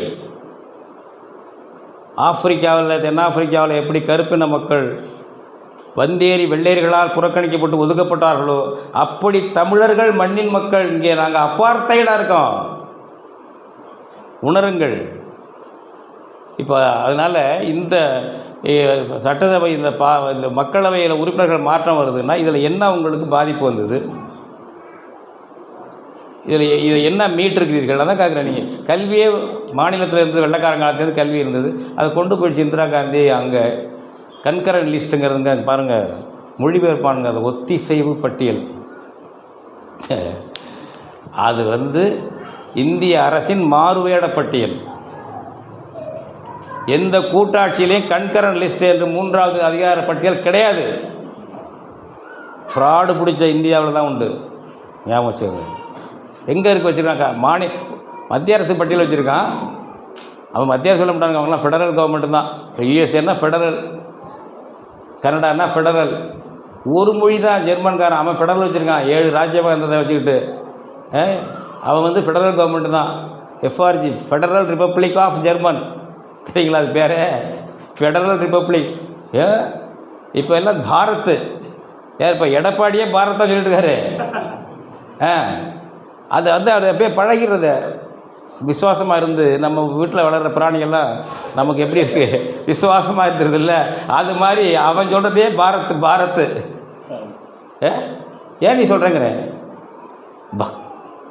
இந்த article number 1 article, India that is Bharat shall be a union of ஸ்டேட்ஸ்ன்னு முதல் உறுப்புக்கே அவ்வளோ சண்டை தானே கான்ஸ்டியூண்ட் அசம்பிளியில். நம்ம ஆளுகள்லாம் வேண்டான்ட்டாங்க, பாரத்துக்கிறதுலாம் வேண்டான்னு. அவன் திணிக்கிறான், வெறும் பாரத் மட்டும்தான் இருக்கணும், இந்தியா இருக்கக்கூடாதுங்கிறான். உண்ணாவிரதம் இருக்கான் இந்து மகாசபை. டெல்லியில் உண்ணாவிரதம் இருக்கான், கான்ஸ்டியூஷன் அசம்பிளி விவாதம் பண்ணிட்டு போகுது. பாரத் மட்டும்தான் இருக்கணும், இந்த இது இருக்கக்கூடாது, யூனியன்லாம் இருக்கக்கூடாது, இந்தியா இருக்கக்கூடாதுங்கிறாங்க. அப்போ பஞ்சாயத்தாக போட்டது தான் சின்ன தம்பி என்கிற பெரிய தம்பின்னு சொல்லுவோம்ல ஊரில், 2 பேருக்குள்ள அலையஸ். அது மாதிரி இந்தியா இருக்கிற பாரதம். இதான் சொல்கிறாங்க article number 1, India that is Bharat. எங்கேருந்து வந்தது ஞாபகம் பண்ணி பாருங்கள். இப்படி போட்டோம். அடுத்தது இந்த மாதிரி இருக்குது. இதை எதையாவது ஒன்றை மாற்றுவதற்கு நான் தான் இந்த செய்தியாளர்கிட்ட கேட்டேன். ராஜமன்னார் குழு உங்கள் அப்பா போட்டார், இன்னும் அதிகாரங்கள் மாநிலத்துக்கு வரணும், ஒன்றிய பட்டியலிலிருந்து வரணும், பொதுப்பட்டியலிலிருந்து வரணும் அப்படின்னு போட்டார். பெரிய ஆட்கள், ராஜமன்னார் பெரிய ஆள் தான். நம்ம ஏஎல் முதலியார் 25 ஆண்டுக்கு மேலே துணைவேந்தராக இருந்தவர், நல்லா சிறப்பாக பேசுகிறார். அதுலேயும் பேசுகிறார் அவர் பேச்செல்லாம். அந்த புத்தகத்தை படிங்க. திராவிட அறிவுத்துறை தலைமை ஒருவர் நம்ம தோழர் ஆழி செந்தில்நாதன், அவர் தான் தொகுத்திருக்காரு. திராவிடத்தில் அவங்க பெருமைக்காக தொகுத்திருக்காரு. நமக்கு சரக்கு கிடைக்கும். ஏன்னா மண்டல் குழுவில் என்ன சொல்கிறாரு, ஏஎல் முதலியார் என்ன பேசினார், ஏஎல் முதலியார் நல்லா சொல்கிறாருக்கா, இந்திய கான்ஸ்டியூஷன் ஃபெடரல் மாதிரி கூட்டாட்சி மாதிரி தோன்றும், சாரத்தில் அது ஒற்றையாட்சியாக இருக்கிறது. அது அவர் மட்டுமல்ல, கேசி வியர், ப்ரொஃபஸர் கேசி வியர் ஃபெடரல் கான்ஸ்டியூஷன்ஸை பற்றி ஆய்வு பண்ணவர் உலக அளவில், வெளிநாட்டுக்காரர். அவர் சொல்கிறார், இந்திய ஆட்சி என்பது தோற்றத்தில் கூட்டாட்சி போல் தெரியும், சாரத்தில் இன் எசன்ஸ் யூனிட்டரி ஸ்டேட், ஒற்றையாட்சி என்று வெளிநாட்டுக்காரர் கேசி வியர் எழுதியிருக்கான். இதை கூட்டாட்சி சொன்னால் என்ன அர்த்தங்க? இதை கூட்டாட்சின்னு அவங்க அந்த மாதிரி கூட்டாட்சியெலாம் உருவாக்கலை. ஒரு நடிப்பு. இந்தியா விடுதலைக்கு மக்களை திரட்டிக்கிறதுக்காக நீங்கள் எல்லாம் உங்களுக்கெல்லாம் தனி மாநிலம், மொழி வழி மாநிலம், போக்குவரத்து உங்கள் மொழி ஆட்சி மொழியாக இருக்கும், எல்லாம் சரடு விட்டுட்டு அப்புறம் அதிகாரம் வந்த பிறகு எல்லாம் மாற்றிட்டாங்க. அப்படி இதில் இந்த உரிமையை நீங்கள் மீட்டீங்க திமுக. அப்போ இருக்கிறத பாதுகாக்கணும்னு சொல்கிறது இருக்குது பாருங்கள். இதை விட மோசடி என்னங்க இருக்க முடியும்? ஏன் நம்மக்கிட்ட அது எடுபடுது. ஒரு பெரிய ரேடிக்கலிஸ்ட்டுங்க ஸ்டாலின், அருமையாக பேசாருப்பா நம்ம வெட்டிகளில் இருந்துட்டு. என்னையா அவருக்கு இப்போ இதில் என்ன பாதிப்பு உனக்கு வருதுன்னு சொல்லுப்பா. நீ இந்த 39 பேர் வீராதி வீரர்களை வச்சுக்கிட்டு 39 + 1 புதுச்சேரி 40 பேர் வச்சு இந்த உரிமையை மீட்டிருக்கோம். ஒரு உரிமை இந்த கவர்னர் பதவியை நீக்க முடியுதா? நீக்கணும் நீ முயற்சி பண்ணுறியா? என்னங்க மோசடி இது? ரவி மேலே மட்டும் கோபம் பண்ணாத. அந்த பதவி தேவையா ஒரு ஜனநாயக நாட்டில்? தன்னைத்தானே ஆண்டு கொள்ளக்கூடிய ஒரு தற்சார்பு சுதந்திரம் உள்ள நாட்டில் இன்னொரு கவர்னர் பதவி எதுக்கு? காலனி ஆதிக்கக்காரன் வைத்திருந்தான், அயலான். அப்போ நீ அயலான் டெல்லிக்காரன், என்னை காலனியாக வைத்திருக்கிறாய், உன் கங்காணி தான். அன்றைக்கு நீதி கட்சி கவர்னர் பதவி கூடாது என்று, அதிகாரம் கூடாது என்று போராடவில்லை, வாதாடவில்லை. இன்று நீயும் போராடவில்லை, வாதாடவில்லை. நாங்கள் தான் சொல்லுகிறோம் கவர்னர் பதவி கூடாது, தூக்கி எறி. ஆர்டிகல் 153 அவருடைய துணை பிரிவுகளெல்லாம் ரத்து பண்ணு. வேலை திட்டத்தை சொல்லுங்கள் மிஸ்டர் ஸ்டாலின். மாநிலத்தில் சுயாட்சி, மத்தியில் கூட்டாட்சி எங்கள் உயிருங்கிறீங்கல்ல, நாங்கள் எல்லாம் பார்த்துட்டோம். மாநிலத்தில் குடும்ப ஆட்சி, மத்தியில் கூட்டணி ஆட்சி, அதானே? மாநிலத்தில் குடும்ப ஆட்சி, மத்தியில் கூட்டணி ஆட்சி, அது இருந்தால் போதும் எனக்கு. இதெல்லாம் பிடிக்கிட்டே பாக்கி உள்ளதை போடுங்க ஏச்சம்மா. கல்வியை பிடுங்கன்னா என்ன, அதை என்ன எங்கள் பயிலும் சத்தம் போடுவாங்க, நாங்கள் பார்த்துக்குறோம். பாக்கி உள்ளதை எங்கள்கிட்ட கொடுங்க. இப்போ ஒரு வருது, ஒரு ரொம்ப நீட்டமாக ஒரு பாலம் பார்த்தேன் வருது, 40% நான் பார்த்துங்களே. இல்லை அது எத்தனை கோடி செலவாயிருக்கும்? 40% அவாளுக்கு இல்லை, அமைச்சருக்கு, மாவட்ட செயலாளருக்கு, ஒன்றிய செயலாளருக்கு, எந்த கான்ட்ராக்ட்லேயும் 40% வெட்டுத்தொகை. திமுகவுக்கு அதிமுக தான். இந்த ஃபார்முலாவை உருவாக்கியவர் ஜெயலலிதா அம்மையார். லஞ்சம் வாங்க தெரியாமல் வாங்கி மாட்டிக்கொண்டவர் கருணாநிதி. சர்க்காரியா கமிஷன் வந்தது. லஞ்சம் எப்படி வாங்குவது என்று கருணாநிதிக்கும் கற்றுக் கொடுத்தவர்கள் எம்ஜிஆரும் ஜெயலலிதாவும். முதல் ஆட்சியில் எம்ஜிஆர் லஞ்சம் வாங்கலை, ரெண்டாவது தடவை அவருக்காக வாங்கலை, வேட்பாளர் கொடுக்க செலவு பண்ணது வாங்கினார். அவர் எம்ஜிஆர் ஆட்சியில் ஒரு தடவை கை நெசவுக்கு பட்டுக்கெல்லாம் வரி போட்டார். விற்பனை வரி, அந்த வரி, கமர்ஷியல் டேக்ஸ் இருந்துச்சு, அதை போட்டாங்க. இப்போ அது கிடையாது, தான் பிடிக்காச்சே. திராவிட மாடல் கூட்டணி இருந்துச்சுல, இந்திய மாடலில், இப்போ பிடிக்காச்சு. அந்த வரியை குறைங்கன்னு போனாங்க. குறைங்கன்னு போகிறதுக்கு பணத்தை கொண்டு போகிறாங்க. முதல்ல கலைஞரை பார்த்து கொடுத்துட்டு வாங்க ஐயா சொன்னது யார்? எம்ஜிஆர். அவர் சொந்தத்துக்கு அந்த பணத்தில் எடுத்துக்கல, கட்சிக்கு தான் பண்ணார். அதுக்கு மேலே தான் ஜெயலலிதா வந்த பிறகு அதையெல்லாம் ரொம்ப டெக்னிக்கலாக பர்சன்டேஜ் போட்டுச்சு. ஒரு அந்த துறை மந்திரிக்கு இவ்வளவு, அந்த மாவட்ட மந்திரிக்கு இவ்வளவு. மந்திரி இருந்தார் உபயதுல்லா, திமுகவில் லஞ்சம் வாங்காத நபர். அவர் கமர்ஷியல் டேக்ஸ் அமைச்சர். வந்து குவியும். அவருக்கு என்ன, சின்ன வீட்டுக்கு பிரித்து விடுறது. அதிகாரத்தை கொடுத்தா தொடமாட்டார். அவர் அதை உபயதுல்லா இறந்துட்டார், தொடமாட்டார். அதிகாரத்தை பிரித்து விட்டு அந்த என்னென்ன தெரிஞ்சுக்கிட்டதெல்லாம் நாங்கள் அந்த அதிகாரி சொல்லிடுறது, இது இந்த இடத்துக்கு போகணும், இது கோபாலபுரத்துக்கு போகணும், இது இந்த அது என்னது ஆழ்வார்பட்டி அது சொல்லுவாங்கள்ல, அந்த பக்கம் போகணும், அப்படியே அதிகாரிட்ட சொல்லிடுவாங்க. அப்படி லஞ்சம் வாங்கிறத ஒரு ஃபார்முலைஸ் பண்ணது ஜெயலலிதா தான். பெரிய அளவுக்கு அதிகமாக வாங்கினதும் அதை ஒழுங்கு பண்ணி விதி வரி மாதிரி 24 மணி நேரம் வரி நமக்கு தெரியாமல் போகும்ல, அது மாதிரி 24 மணி நேரம் அவங்களுக்கு தெரியாமலே அவங்க கணக்கில் லஞ்சம் போயிட்டே இருக்கும். அப்போ ஒரு பாலத்தை பார்த்தோம்னா நமக்கு எனக்கு என்ன தோணும், உடனே 40% இதில் போயிருக்கும். தார் ரோடு புதுசாக நல்லா இருக்குன்னா நல்லது தேவை தான், 40% நம்ம வரி போனதில் போயிருக்கோம். சும்மா வந்துடல. அப்படி அது போதும்னு இருக்கீங்க. நான் அதுக்கு சொல்ல வர்றது வேறு ஒன்றுக்கு இது தாக்கணுங்கிறதுக்காக இல்லை. அது மட்டும் போதும், இந்த உரிமை பறிப்போனா என்னங்க தானே, நாளைக்கு அதையும் பறிப்பான். அதையும் பறிச்சான்னா அதான் வந்துருச்சு, தேசிய நெடுஞ்சாலை வந்துச்சுல்ல. நம்ம ஊரில் என்னங்க அவர் பணமா, அது மோடி பணமா? பணம் நீ குடியா, மத்திய அரசுக்கு வரி வசூல் பண்ணுவதற்கு எங்கே மக்கள் இருக்கா, எங்கே இடம் இருக்குது? நீ எங்கே, உனக்கு என்ன இருக்குது மத்திய அரசுக்கு? எங்கிட்ட மாநிலங்கிட்ட நீ வசூல் பண்ணுற, உனக்குன்னு தனியாக மக்கள் இருக்கானா? கிடையாது. இப்போ நம்ம என்ன சொல்லணும், நாங்கள் வரியும் எல்லா வரியும் நாங்கள் வசூல் பண்ணுவோம், உன் செலவுக்கு பர்சன்டேஜ் கொடுத்துட்றோம் மத்திய அரசுக்கு, நீ வரியை வசூல் பண்ணக்கூடாது தானே சொல்லணும். உண்மையான கூட்டாட்சியில் நாங்கள் அதான் சொல்கிறோம், மத்திய அரசுக்கு வரி வசூல் பண்ணுற அதிகாரம் கிடையாது, கூடாது. உனக்கு என்ன மக்கள் இருக்கான்? அந்த எல்லாம் வரி எல்லாம் எடுத்துக்கிட்டு போயிட்ட பிறகு கடைசியில் என்ன, சாராயம் விற்கிறது, கொலைகள் எக்கச்சக்கம். ஒரு குடும்பம் அமைதியாக இருக்கா? இப்போ காலையில் நம்ம தோழர் வழக்கறிஞர் வந்தார், அவ்வளவு விவாகரத்து கேஸுகள், டைவர்ஸ் கேஸு, அமைதியே இல்லைங்க. பிள்ளைகள் காதல் பண்ணி கல்யாணம் பண்ணது 2 வருஷத்தில் சண்டை வந்துடுது, 1 வருஷம் சண்டை வருது, வைத்தறிச்சலாக இருக்குது.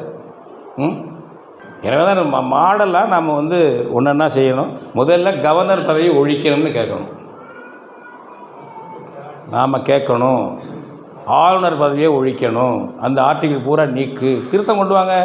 திருத்தம் கொண்டு வரது சட்டத்தில் இடம் இருக்குது, கான்ஸ்டியூஷனில் இடம் இருக்குங்க. ஆளுநர் பதவியை ஒழிக்கணும். அடுத்தது இந்த 343 பாருங்கள், அதை நீக்கணும். எல்லா மொழியும் ஆட்சி மொழி தான். அண்ணா காலத்திலிருந்து நாங்கள் 14 மொழி ஆட்சி மொழி என்று சொன்னவர்கள் இப்போ சொல்லுங்கள் 22 மொழி ஆட்சி மொழின்னு. ஆமாம், 22 மொழி அதிகமாக இருக்குன்னா விட்டுட்டு அவனை பிரித்து விட்டுறணும். ஏன் சுமக்கணும் பாவம்? காங்கிரஸ்காரன் பிஜேபிக்காரன் ஏன் சுமக்கணும்? அவன் வேணால் விட்டுருப்பா, அவன் வேலையை பார்த்துக்குவான். நீங்கள் சுமக்க வேண்டாம், கஷ்டப்பட வேண்டாம் கண்ணுலா. இது லெனின் சொன்னார். அவங்க 15 மாநிலம் ரஷ்ய மொழி ஆட்சி மொழின்னு வைக்கணுன்றாங்க. எல்லாரும் கம்யூனிஸ்ட் தான், நம்ம கம்யூனிஸ்ட் மாதிரி இருந்திருக்காங்க அங்கேயும். லெனின் நல்ல மனிதர், ரஷ்ய இனத்தை சேர்ந்தவர் தான். அவங்க சொன்னாங்க ரஷ்ய மொழி வளமான மொழி, என்னென்ன இருக்குது, டால்ஸ்டாய் மாதிரி அது இருக்கா இது இருக்கா, அங்கே மொழியெல்லாம் இந்த அஜர்பைஜான் மொழியில் இதில் எல்லாம் இருக்கா, என்ன இருக்குது, அதனால் ரஷ்யனை கற்றுக்கிட்டால் அந்த மொழி வளரும். தோழர்களே, நம்ம ரஷ்ய மொழியில் வளமான மொழி தான். உங்களை போல் நானும் துர்க்குமேனவை படித்திருக்கிறேன், டால்ஸ்டாயை படித்திருக்கிறேன். மற்ற மொழி வளர்ச்சிக்கு உதவி செய்யும் என்பதும் எனக்கு கருத்து உண்டு தான். ஆனால் நம்ம ரஷ்ய மொழியில் ஒரு பழமொழி இருக்குது, சொர்க்கத்திற்கு தடியால் அடித்து விரட்டாதீர்கள். தடியால் அடித்து விரட்டினால் சொர்க்கம் அவர்களுக்கு நரகமாக தோன்றும். சொர்க்கத்திற்கு தடியால் அடித்து விரட்டாதீர்கள். சொர்க்கத்துக்கு பாதையை காட்டு, போனால் போகிறான், வலுக்கட்டாயமாக அனுப்புனா அதுதான் அவனுக்கு நரகம். லெனின் சொன்னாருங்க. அப்படி யாராவது சொல்லுவானா கம்யூனிஸ்ட் தலைவர், இந்தியை அப்படி திணிக்காது என்று? இந்தியை ஏற்றுக்கொண்டு தானே வேகமாக திணிக்காத, மெல்ல மெல்ல திணி அப்படிங்கிறத சிபிஎம் கொள்கைங்க. கேளுங்க நீங்கள் அவங்கள. இல்லைனா இன்னும் 22 மொழி ஆட்சி மொழின்னு உங்கள் சட்டத்தில் திருத்து, உங்கள் கொள்கை அறிக்கையில் திருத்து, பார்ட்டி ப்ரோக்ராமில் திருத்து. சிபிஎம் லெனின் கொள்கை 15 மொழி ஆட்சி மொழின்னார்ல. அப்போ இந்த ஸ்டாலின், அந்த ஊர் ஸ்டாலின், நம்ம ஸ்டாலின் இல்லை, ரஷ்ய ஸ்டாலின், அவர் ஜார்ஜிய இனத்தை சேர்ந்தவர். மோடி மாதிரி வச்சுங்களேன். என்னென்னா குஜராத்தியாக இருந்து இங்கே பிரதமரை வந்து இந்திக்காரனை விட இந்திக்காரனாக நடந்துக்கிறார்ல, அது மாதிரி ஸ்டாலின் நடந்துக்குவார். ஜார்ஜியனாக இருந்து ரஷ்யனை விட மிஞ்சிய ரஷ்யன். இதை சொன்னாலும் லெனின் கடைசி காலத்தில் உடம்பு சரியில்லாமல் வீட்டில் இருந்துக்கிட்டு, வீட்டிலன்னா ஒரு இடத்துல ஓய்வு இல்லத்தில் இருந்துக்கிட்டு குறிப்புகள் எழுதி அனுப்புவார். இன்றைக்கி என்ன நினச்சி அந்த நினச்சி இதை எப்படி செய்யுங்க அப்படி செய்யுங்கன்னு எழுதிட்டு இருப்பார். ஒரு ஊரில் போயிட்டு, ஒரு பார்டர் ஊரில் லெனின் ஸ்டாலின் போகிறாரு. அந்த ஊரில் வந்து பிள்ளைகள் முறையிடுது, எங்கள் மொழியில் ஆசிரியர் இல்லைங்க, எங்கள் தொழிற்தலிதல்னு. 3-4 மொழியாக தான் இருக்குது அந்த மொழிக்கு. 3-4 பேருக்குன்னா இங்கே உங்கள் மொழிக்கு ஆள் போட முடியாது, சம்பளம் கொடுக்க முடியாது அப்படின்றாரு ஸ்டாலின். இது பேப்பரில் வந்துடுது. லெனின் பார்த்துட்டு ஒரு குறிப்பு எழுதுறாரா, ஸ்டாலின் குறிப்பு எழுதுறாரு, இப்படி நீங்கள் சொன்னீங்களா, இது தவறு. இது நீங்கள் என்ன இப்போ ரஷ்யர்கள் தான் தங்களை கிரேட் ருஷ்யன்ஸ் நினச்சிவாங்க, மகா ருஷ்யர்னு நினச்சிவாங்க ரஷ்யாக்காரர். அதனால் அதில் பிறந்தவர் தான் லெனின். மகாருஷ்யரை விட மகாருஷ்யராக ஜார்ஜியரான ஸ்டாலின் இருக்கலாமா அப்படின்ட்டு அடுத்த குறிப்பு. 3 பேருக்கு ஒரு ஆசிரியரை அவர் மொழியில் வைத்து சம்பளம் கொடுக்க உங்களுக்கு வசதி இல்லை என்றால் அவர்கள் பகுதியை பிரித்து தனியே கொடுத்து விடுங்கள் அவர்களிடம். லெனின்ங்க இதெல்லாம் வெளியிடாமல் வச்சுருந்தானுங்க. போர்பச்சை காலத்து தான் எல்லாம் வெளியிட்டாங்க, அவங்க வெளியிட்டாங்க, குத்தம் வந்துடுச்சு. அந்த லெனின் உங்களுக்கு வழிகாட்டியா சிபிஎம்முக்கு? இடதுசாரி தோற்றம் கொடுத்துக்கிட்டு அதை பண்ணிட்டு விட்டு லெனின் சொல்லி இந்த இந்திய ஆதரிக்கிற கூட்டம் தமிழ்நாட்டில் இருந்துக்கிட்டு, நீ அங்கே ஆதரிச்சுட்டு போய் எங்களுக்கு பிரச்சனை இல்லை, தமிழ்நாட்டில் இருந்துக்கிட்டு குழப்பம் பண்ணுறது. எனவே அந்த ஆர்டிக்கிள் 343 நீக்கணும். நம்ம மறு ஆய்வுனாக்க ஒரு வாதம் நடத்தலாம், அது வேறு. இது மாதிரி சிலதை சொல்லிகிட்டு இருக்கேன் நான். மாநில அரசை கலைக்கிற பிரிவு நம்பர் என்ன, எம பிரிவு 356 யமதர்ம சட்டம்.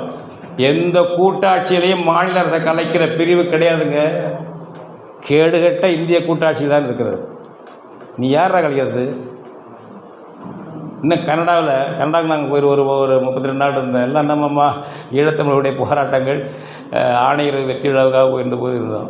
கனடாவில் என்ன பண்ணுறாங்கனாக்க, மாநில அரசோ மத்திய அரசோ நீ நம்பிக்கையில்லா தீர்மானம் கொண்டு வந்தாக்க மாற்று ஆட்சி அமைப்பதற்காக அதே சபையில் உனக்கு ஆள் கை தூக்கணும் மெஜாரிட்டியாக. இல்லைன்னா நம்பிக்கையில்லா தீர்மானம் கொண்டு வந்தாங்க டிஸ்டர்ப் பண்ணிட்டு இருக்காத அப்படின்ட்டான். வச்சுருக்காங்க சட்டம். மாநில அரசை கலைக்கிற சட்டமே கிடையாது கனடாவில், யூஎஸ்ஏயில், சுவிட்சர்லாந்தில், எஃப்ஆர்ஜிபி ஜெர்மனியில் எங்கேயும் கிடையாது, இந்தியாவில் மட்டும்தான் உண்டு. ஏன்னா இது ஆரிய தேசம். இந்த சூழ்ச்சியெல்லாம் ஆரியனுக்கு தான் தெரியும். வெள்ளைக்காரன் வச்சு நல்ல மாநில அரசு மத்திய அரசெல்லாம் கலைக்கிறதுக்கு அதை அப்படியே வச்சுட்டானுங்க. அவன் எங்கிருந்தோ வந்தான், காலனி நடத்தினா அவன் வச்சுருந்தான். சுதந்திரம் அடைஞ்ச நாட்டில் எங்கே வச்சுருக்கிற? பார்லிமெண்ட்டு இல்லாமல், மந்திரி சபை இல்லாமல் வெள்ளைக்காரன் கவர்னர் ஜெனரல் ஆட்சி நடத்தலான்னு வச்சுருந்தான். அதை வச்சுருக்கியா? இப்போ ஒரு பிரைம் மினிஸ்டர் அவர் கீழே ஒரு கேபினட் இல்லாமல் ஒரு நிமிஷம் மத்திய ஆட்சி இருக்கக்கூடாதுங்கிறான். ஒரு ஆட்சி நம்பிக்கை இல்லாத தீர்மானத்தை தோற்று போயிடுச்சுனாக்க கேர்டேக்கர் கவர்மெண்ட் அதை நீடிக்கட்டும், அடுத்த அரசு அமைக்கிறவருங்கிறான். நம்பிக்கை இல்லாத தீர்மானத்தில் இன்றைக்கி பாஜக ஒரு கற்பனையை சொல்கிற, தோற்று போய்விட்டாலும் அடுத்த ஆட்சி அமைகிற வரை அதுதான் கேர்டேக்கர் கவர்மெண்ட். சந்திரசேகர் ஆட்சி அப்படி தானே இருந்துச்சு. ஏனென்றால் அமைச்சரவை இல்லாமல் அதிகாரி ஆட்சி நடக்கக்கூடாது இந்தியாவில். தமிழ்நாட்டில் நடக்கலாம். ஏன்? அடிமைகள் ராஜ்யம் இது. வெக்கம் இல்லை, சூடு சொரணை இல்லை. அவனுக்கு கவர்னர் ஜெனரல் ஆட்சி நடத்தக்கூடாது. தேர்ந்தெடுக்கப்பட்ட மக்கள் பிரதிநிதிகளுடைய ஆட்சி தான். கெட்டவனோ கெட்டவனோ, செவ்வாயோ சனியோ அவன் தான் இருப்பான். ஆனால் மாநிலத்தில் கவர்னர் ஆட்சி நடக்கும். உன்னை சமமாக நடத்துகிறானா? உலகின் முதல் தாய்மொழி, முதல் மூத்த இனம், 5500 ஆண்டுகளுக்கு முன்பு இரும்பை உருக்கக்கூடிய தொழில்நுட்பம் வைத்திருந்த இனம்.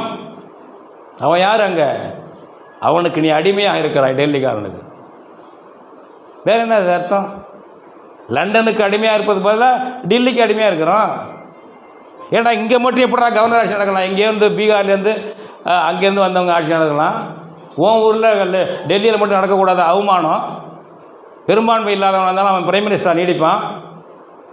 எங்கள் ஆளுங்க பிரைம் மினிஸ்டராக இருக்க மாட்டான், கவர்னர் தான் ஆளுவான். வேறு வடக்கேந்து வந்த ஆளுவ. இது கூட புரியாதா? இந்த கவர்னர் பதவி கூடாது என்று திமுக வாதிட்டது காலம்லாம் உண்டு. அப்பவும் ரெண்டும் கட்டான தான் பேசுவோம். ஞாபகம் வச்சுக்கோங்க, எப்பவும் ஜாக்கிரதை கவனிக்கணும். அண்ணா சொன்னார், ஆட்டுக்கு தாடி எதற்கு, நாட்டுக்கு கவர்னர் எதற்குன்னு. அப்படின்னா என்ன அர்த்தம்? ஒரு ஓனாய் பதவியை போய் தாடி என்று வர்ணித்து மென்மைப்படுத்துகிறாயே. தமிழன் தமிழச்சி அவ்வளவு ஏமாளி கும்பல் என்பதனால் தானே ஆரியனுக்கு உன்னை அடையாளம் காட்டிக் கொள்கிறாய். நான் ஆட்டுக்கு தாடி என்று தான் சொன்னேன், உன்னை பகையாக சொல்லவில்லை நண்பா என்று மறைமுகமாக சொன்னதானே பொருள்.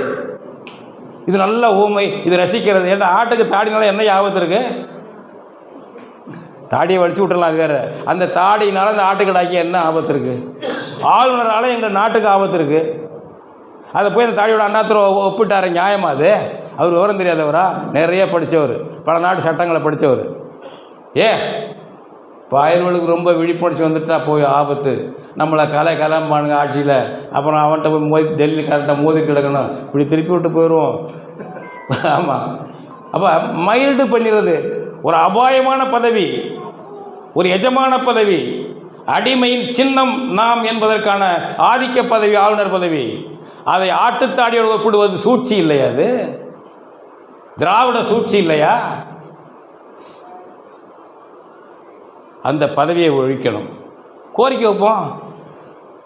இதை விமர்சித்தா மட்டும் பத்தாது, எப்பொழுதும் விமர்சித்தா பத்தாதுங்க. மாற்று திட்டத்தை வைக்கணும். இன்றைக்கி தெரியல, நாளைக்கு வைக்கலாம். நம்மளால் முடியலன்னா அடுத்த தடவை உருவாக்கிட்டு போட்டோம். என்னால்னா இப்போ முடியாது. தம்பி முடியாதுன்னா நீ ஒதுங்கிட்டு சொல்லிட்டு போ, உன் கடமையை அடுத்த தலைமுறை உருவாக்கட்டும். அந்த வகையில் தான் இது 356 ஆர்டிகல் 356 நீக்கணும். இப்படி பல இதுகளை நம்ம சொல்கிறோம். இதெல்லாம் மாற்றிட்டு இதற்கான ஒட்டு மொத்தமாக மாநில முதல்வரை கூப்பிடட்டும் ஸ்டாலின்.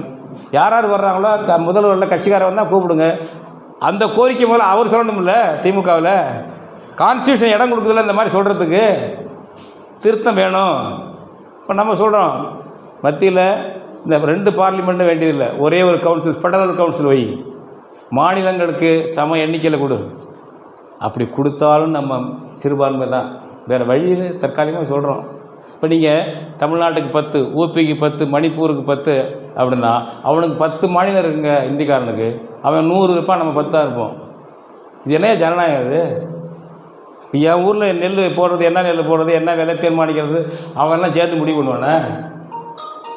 அவன் கோதுமை தான் பிரதான விவசாயம் அவங்களுக்கு. அவன்லாம் சேர்ந்து முடிவு பண்ணுவானே? இது ஒரு ஆட்சியாக? இது 8 கோடி பேர் என்ன மக்களாக? இது இந்த ஆட்டு கூட்டமாக? இது மக்கள் என்ன 8 கோடி பேர் தமிழ்நாட்டில்? 60 லட்சம் பேர் 70 லட்சம் பேர்லாம் ஒரு நாடாக இருந்துட்டு இருக்காங்க. எவ்வளவு கொடுமையாக இருக்குது பாருங்க. அதனால் அது அப்படி பச்சா கூட. ஏன்னா இதை புரிஞ்சுக்க வேண்டியது என்ன?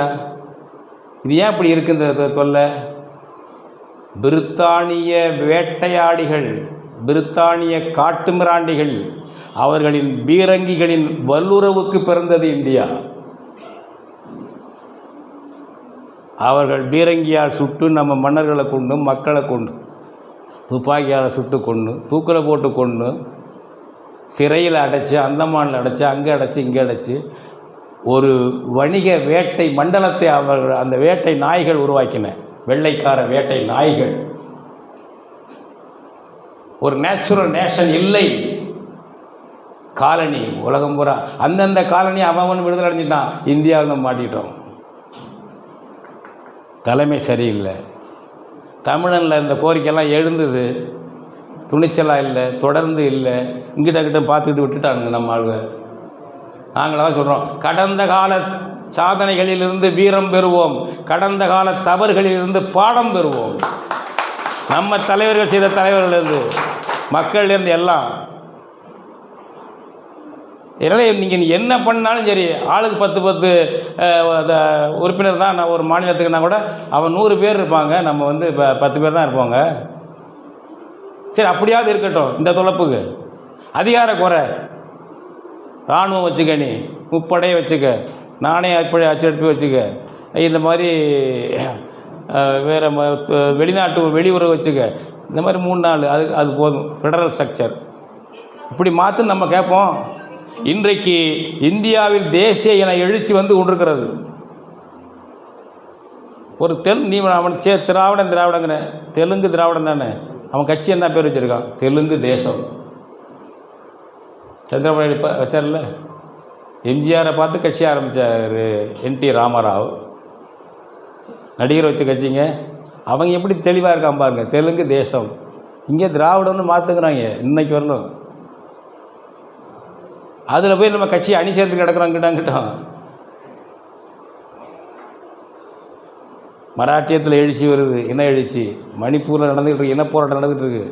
உலகம் பூரா இனப்போராட்டம் தான். ட்ரம்ப் நடத்துவதும் இன ஏகாதிபத்தியவாதம் தான்.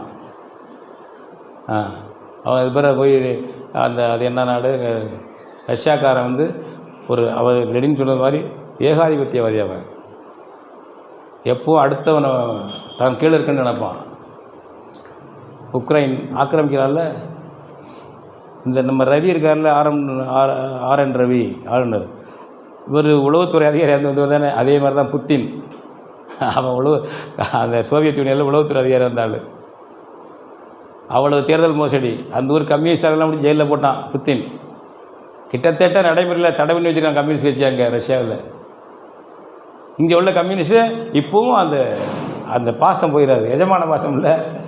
அவர் இல்லாட்டி அவர் இருந்த நாற்காலிங்க அப்படிமாங்க. அது மாதிரி அவன் உக்ரைனை இப்போ இவன் இந்த ஏகாதிபத்திய அமெரிக்காவும் ரஷ்யா வரும். நம்ம பங்கு போட்டுக்கோம். அந்த பைலட்டை போய் அடிச்சுக்கணும். உக்ரைன் நெக்கடி கேட்டான்னா கூடி பேசினால அது மாதிரி அடித்து காலி பண்ண ஹமாஸ் எல்லாம் முஸ்லீம் பாலஸ்தீனத்தை எல்லாம் யூதன்ட்ட கூடிய இஸ்ரேல்கிட்ட ரஷ்யாக்காரன் ஒத்துக்குவான் அதை. ஏன்னா பக்கத்தில் அவன் ஆக்கிரமிக்கணும் ரஷ்யாக்காரன். அவன் ஜோயினாலும் தான், வேறு எதுவும் கிடையாது. இவங்க நம்மளால கம்யூனிஸ்ட். என்ன இருந்தாலும் ரஷ்யா கம்யூனிஸ்ட் இல்லைங்களா? கல்லானாலும் கணவன், புல்லானாலும் புருஷன். அந்த பழமொழியெல்லாம் மாறி போச்சு. இப்போ இது மாறல. என்ன அரசியலில் பெண்ணடிமை பழமொழியெல்லாம் மாறி வந்திருக்கு. இங்கே கல்லானாலும் கம்யூனிஸ்டாக இல்லைனாலும் கம்யூனிஸ்டாக இருந்தவர் அவருடைய பையன், அவரை குந்த நேரத்தில் அவர் உட்கார்ந்தவர். அப்படிங்கிற அளவுக்கு சீரழிஞ்சு போயிட்டாங்க. அதுபோல் உலகம் பூரா இருக்குது. இன எழுச்சி நடக்குது. எல்லா இடத்தையும் இன எழுச்சி நடக்குது. இந்தியாவிலையும் வருது.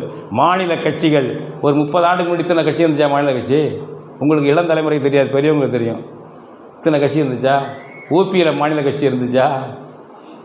பீகாரில் மாநில கட்சி இருந்துச்சா? ஜாதி கீதி இருக்கட்டுங்க, மாநில கட்சி வச்சுருக்கான்ல, அவன் ஜெயிக்கிறான்ல, முதல் மந்திரி ஆகிறான்ல, எப்படி ஆகிறான்? இதுதான். எவ்வளோ நாளைக்கு இது ஓடும் சொல்ல முடியாது. இந்தியா பயப்பட வேண்டிய அவசியம் இல்லை. ஞாபகம் இருக்கா? நம்ம 8 பேர் இந்த மாற்று திட்டங்களை முன்வைக்கணும். ஒரு இடைக்கால நிவாரணமாவது கிடைக்கணும். இந்த மாதிரியான விஷயங்கள் மாநில அரசுக்கு அதிகாரங்கள் வரவில்லை, வராமல் இருந்தால் நம்ம அடிமையாக போவோம். இந்த தமிழ்நாட்டை 3 மாநிலமாக பிரிச்சிருவான். ஏற்கனவே சொல்லிகிட்டு இருக்கான், நம்ம ஜாதி அமைப்புகள் கேட்டுக்கிட்டு இருக்கு பிரிங்கன்னு. கொங்கு மண்டலத்தை தனியாக பிரி, வட மண்டலத்தை தனியாக பிரி, தென் மண்டலத்தை தனியாக பிரி, அதுக்கெல்லாம் ஜாதி கட்சிகள் இருக்குது பிரிக்க சொல்லி. நம்ம டிகேஎஸ் இளங்கவன் திமுகவில் கரப்பு செயலாளராக, கொள்கை செயலாளராக, அவரை 2 வருஷத்துக்கு முன்னாடி தமிழ்நாட்டை 3ஆக பிரிக்கிறேன்னு சொல்கிறாங்களேன்னு கேட்டாங்க நிருபர். அதனால தான் எங்களுக்கு 3 முதல் மந்திரி கிடைப்பாங்க அப்படின்னாரு. சொக்கனுக்கு சட்டி அளவு எப்படி இருக்கோ என்ன கதெல்லாம் இல்லை. அப்படி ஆளுங்க. இப்போ நீங்கள் அவ்வளோதானே. இப்போ சின்ன ஊரெல்லாம் மாநகராட்சி ஆகிறாங்கல்ல, சின்ன ஊரெல்லாம் மாநகராட்சி. இப்போ ஏன் மந்திரி பதவி கொடுக்க முடியாதவனுக்கு மேயர் பதவி கொடு. யார் விட்டு பணத்தை எடுத்து. அது மாதிரி 3 மாநிலம்னா நம்ம கட்சியில் மாநில இதாக்கலாம். எல்லாம் அந்த குடும்பம், அந்த முதல் மந்திரி மட்டும் கலைஞர் குடும்பத்திலேருந்து அனுப்பிடலாம். அந்த இப்போ அழகிரி எல்லாம் பிரச்சனை இருக்குல்ல. இப்போ 2-3 மாநிலம் வந்தால் அழகிரியை ஒரு மாநிலத்துக்கு முதல் மந்திரி ஆகிக்கலாம்ல, அழகிரி மகனை ஆகிக்கலாம்ல. அந்த சண்டை வந்திருக்கு, அதில் குடும்ப சண்டை வசதி அவங்களுக்கெல்லாம் ஞாபகம் வச்சுக்கோங்க. அதனால் இந்த அளவுக்கு இது ஒரு அபாயமாக இருக்கிறது. இதை 3 மாநிலமாக சிதைப்பதற்கு தயாரிக்க கொடுத்தார்கள். நீங்கள் வெறும் கான்ஸ்டியூஷனோடையே இதே வச்சுக்கிட்டு இருந்தீங்கன்னா, இன எழுச்சியோடு, இனத்தாயகத்தோடு, புதிய உரிமைகள் மீட்பு, அதை நோக்கி மக்களை முன்னேற்றி கொண்டு போகவில்லை என்றால் இருப்பது இருக்காது. அது டைரக்டிக்ஸ், இயங்கியல் கிடையாது. இருப்பது அப்படியே இருக்காது. ஒன்று வளர வேண்டும் அல்லது தேய வேண்டும். எனவே நாம் வளர வேண்டும், உரிமைகளை கேட்க வேண்டும். இதில் மக்களவை உறுப்பினர்கள்னாக இந்த சந்தர்ப்பத்தை பயன்படுத்தி ஸ்டாலினுக்கு நன்றி சொல்லி நாங்கள் ஆழமாக விவாதிக்கிறோம்னு சொல்லி விவாதிக்கணும். நம்ம அவர் கல்பனை நம்ம எங்கே இப்போ இந்த சப்ஜெக்டை பேச போகிறோம்ப்ப. அதனால் ஸ்டாலினுக்கு ஒரு நன்றியை சொல்லி நம்ம உண்மையாக ஆழமாக விவாதிக்க வேண்டும். இளைஞர்களிடம் கல்வி ஊட்ட வேண்டும். இந்த விஷயங்களை எடுத்து சொல்ல வேண்டும். இப்படி ஒரு வாய்ப்பை உருவாக்கி தந்த நம்முடைய கோவை தோழர்களுக்கு நான் நன்றி தெரிவித்துக் கொள்கிறேன். வணக்கம். இவ்வாறான பல செய்திகளை, பல சிக்கல்களுக்கு விடை கிடைக்கக்கூடிய செய்திகளை தமிழர் கண்ணோட்டம் வலைவழியில் வெளிப்படுத்தி வருகிறோம். இது தற்சார்பாக செயல்படுவதற்கு நிதி தேவைப்படுகிறது. இந்த நிதியை நம்முடைய மக்களாகிய நீங்கள் தான், இளையோரும் பெரியோரும் நண்பர்களும் தோழர்களும் சான்றோரும், நீங்கள் உங்களால் இயன்ற அளவு என்ன இயலுமோ அந்த நிதியை வழங்குமாறு அன்போடும் உரிமையோடும் கேட்டுக்கொள்கிறேன்.